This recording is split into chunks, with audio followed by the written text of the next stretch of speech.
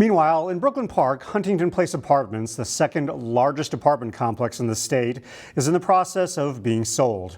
But as Corey Bork reports, for a sale to go through, it requires a big concession from the city.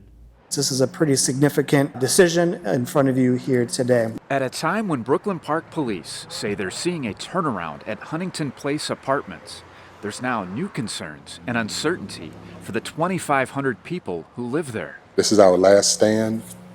We have no more options after this. Aeon, the nonprofit owner of the property and its 6 buildings, said they no longer can financially support operating the complex. It's now asking the city to make a considerable concession, forgiving the city's $5 million loan to Aeon.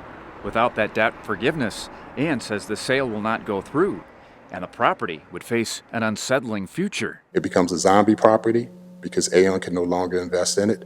It becomes a place where all security is basically gone from the property. It's a request the city will now consider.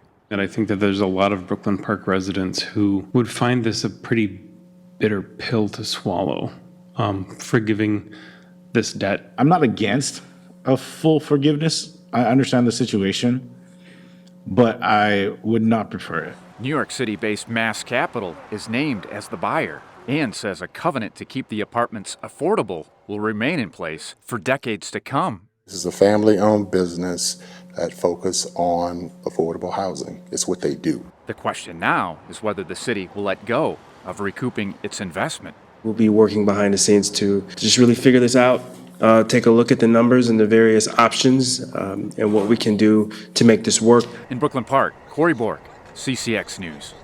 The city is tentatively scheduled to make a decision on whether to sign off on the sale at the November 18th EDA meeting.